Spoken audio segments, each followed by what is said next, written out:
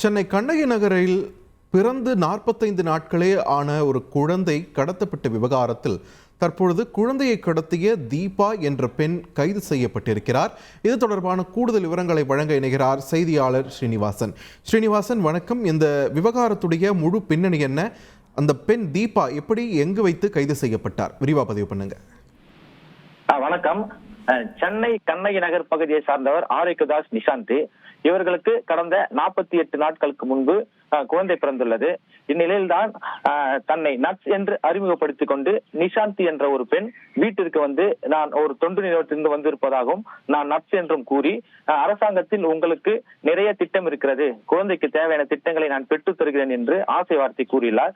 இதை நம்பிய குழந்தையின் தாயார் தீபாவோடு டி நகர் சென்றிருக்கிறார். டி நகரில் குழந்தைக்கு தேவையான ஆடை, சோப்பு, ஷாம்பு உள்ளிட்ட பொருட்களை வாங்கி தருவதாகவும் ஹோட்டலில் சாப்பிட்டு இருக்கிற வேளையில் நான் வாங்கி கொண்டு வருகிறேன் என்றும் ஆசை வார்த்தை கூறுகிறார். இதே நேரத்தில் இதை நம்பி குழந்தையின் தாயார் ஹோட்டலில் சாப்பிட்டு இருக்கிறார். அந்த நேரத்தில் குழந்தையை நான் வைத்துக் கொள்ளிருக்கேன், சாப்பிட்டு விட்டு வெளியே வா என்று ஆசை வார்த்தை கூறிவிட்டு குழந்தையோடு மாயமான தீபா திருவேற்காடு பகுதியில் ஒரு மருத்துவமனையில் குழந்தையை விட்டுவிட்டு அங்கிருந்து மாயமாகி இருக்கிறார்.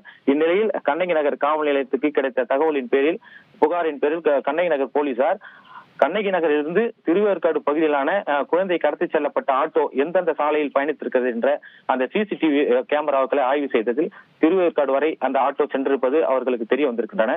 இந்நிலையில் அனைத்து காவல் நிலையங்களுக்கும் குழந்தை மாயமான செய்தி அனுப்பப்பட்டிருந்தன.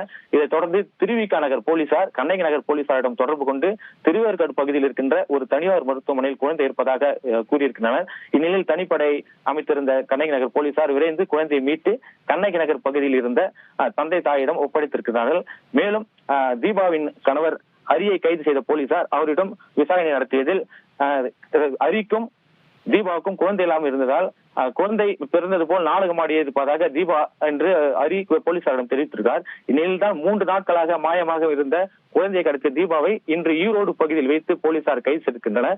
தீபாவை கைது செய்த போலீசார் கண்ணகி நகர் காவல் நிலையம் அழைத்து வருவதற்கான ஏற்பாடுகளை செய்து வருகின்றனர். கண்ணகி நகர் அழைத்து வந்த பிறகு தீபாவிடம் நடக்கிற விசாரணை பேரில் தான் முழுமையாக இந்த குழந்தை கடத்தப்பட்டதற்கு என்ன காரணம் என்பது முழுமையாக தெரிய வரும். ஈரோடிலிருந்து தற்போது தீபாவை கண்ணகி நகர் காவல் நிலையம் அழைத்து வரும் பணியில் போலீசார் ஈடுபட்டு வருகின்றனர்.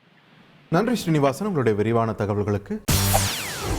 செய்திகளை உடனுக்குடன் தெரிந்து கொள்ள உடனே சப்ஸ்கிரைப் பண்ணுங்க.